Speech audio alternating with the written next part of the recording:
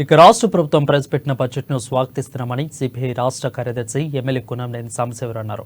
ప్రజల ఆశలకు ఆలోచనలకు దగ్గరగా ఉన్న ఈ బడ్జెట్తో ప్రజలకు మేలు జరుగుతుందని ఆయన వ్యాఖ్యానించారు. వాస్తవికతకు అనుగుణంగా కాంగ్రెస్ ప్రభుత్వం బడ్జెట్ రూపొందించిందంటున్న కునంనేని సాంబశివరావుతో మాకు correspondent Rambabu face to face. కార్యదర్శి ఎమ్మెల్యే కునంనేని సాంబశివరావు గారు మాట్లాడుతున్నారు. సార్ చెప్పండి, బడ్జెట్ ఏ విధంగా ఉన్నది? ఇప్పుడు ఉన్నటువంటి బడ్జెట్ ను గత బడ్జెట్ తో పోలిస్తే ఇది మెరుగైనటువంటి బడ్జెట్ అనుకోవచ్చా? తప్పకుండా ఇది మంచి బడ్జెట్, వాస్తవిక బడ్జెట్, వాస్తవాలపైన ఆధారపడి తయారు చేసిన బడ్జెట్, వారు ఇచ్చిన హామీలకు అనుగుణంగా తయారు చేసిన బడ్జెట్. అదేవిధంగా దాదాపు ఇన్ఫ్లేటెడ్ బడ్జెట్గా కాకుండా ఉన్న వనరులను బట్టి, అందుబాటులో ఉన్న వనరులను బట్టి బడ్జెట్ తయారు చేశారు. దానికి ఉదాహరణ ఏంటంటే, గత బడ్జెట్ 2,90,296 కోట్లు అయితే ఈ బడ్జెట్ 2,75,891 కోట్లు. అంటే గత ప్రభుత్వం దాదాపు 66,000 కోట్లు, ఈ రివైజ్డ్ అంచనా ప్రకారం 66,000 కోట్లు ఖర్చు చేయలేదు. అలా పైకి చూపెట్టారు, హైప్ క్రియేట్ చేశారు, కానీ ప్రాక్టికల్గా ఖర్చు చేయలేదు. ఈ ప్రభుత్వం అలా కాకుండా ప్రాక్టికల్గా అన్ని అంశాలను కూడా, అటు హామీలు కానీ, ఇళ్ళు కానీ, నియోజకవర్గ అభివృద్ధిలో కానీ, విద్యా విషయంలో కానీ, గిరిజనుల విద్యా విషయంలో కానీ అంశాల వారికి చూస్తే అన్ని కూడా బాగున్నాయి. అంటే ప్రభుత్వం కూడా స్పష్టం చేయడం జరిగింది. బట్టి విక్రమార్క అసెంబ్లీలో బడ్జెట్ ప్రవేశపెడితే కూడా గత ప్రభుత్వానికి సంబంధించినటువంటి కేటాయింపులను కూడా ప్రస్తావించడం జరిగింది. ఇటు ఖర్చు చేయకుండానే ఖర్చు చేసామని కూడా చెప్పడం జరిగింది. కేటాయింపులు మాత్రం భారీగా ఉన్నా ఖర్చు మాత్రం తక్కువ ఉందని చెప్పడం. ఇది కమ్యూనిస్ట్ పార్టీగా ఏకీభవిస్తారా? ఇదే నేను చెప్తున్నా కదా, వాళ్ళు చూపెట్టింది 2,90,000 కోట్లు, ఖర్చు చేయింది 66,000 కోట్లు ఖర్చు చేయలేదు. అంటే ఆ నిమిషం ప్రజల్ని మభ్యపెట్టారు.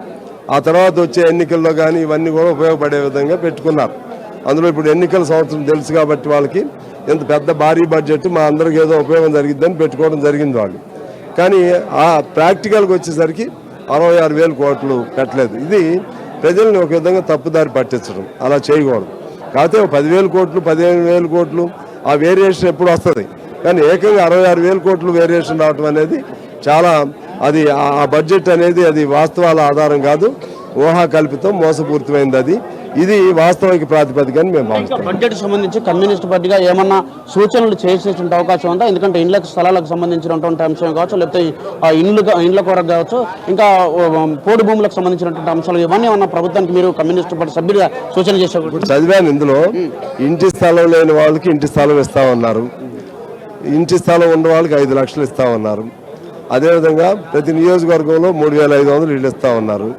ఇంకా ఏమన్నా ఉంటే, ఇంకా చదివేది ఉంది కాబట్టి రేపు బడ్జెట్ టైం నాటికి, ఎల్లుండి నాటికి మా కామెంట్స్ అవన్నీ మేము చెప్తాం. ఫైనల్గా మీరు మేడిగడ్డకి వెళ్ళేటువంటి అవకాశం ఉందా? ఎల్లుండి మేడిగడ్డ అంటే 13వ తారీఖు నాడు మేడిగడ్డకి వెళ్ళి పరిశీలన కొరకు ఎమ్మెల్యేని అయితే ప్రభుత్వం ఆహ్వానించింది.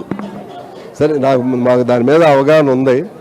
సందర్భాన్ని బట్టి చూస్తాం, టైం ఉంటే వెళ్తాము, లేకపోతేనేమో ఆ సబ్జెక్ట్ అంతా నాకు తెలుసు సార్. అంటే దీంట్లో అవినీతి పైన మీరు స్పందిస్తారా?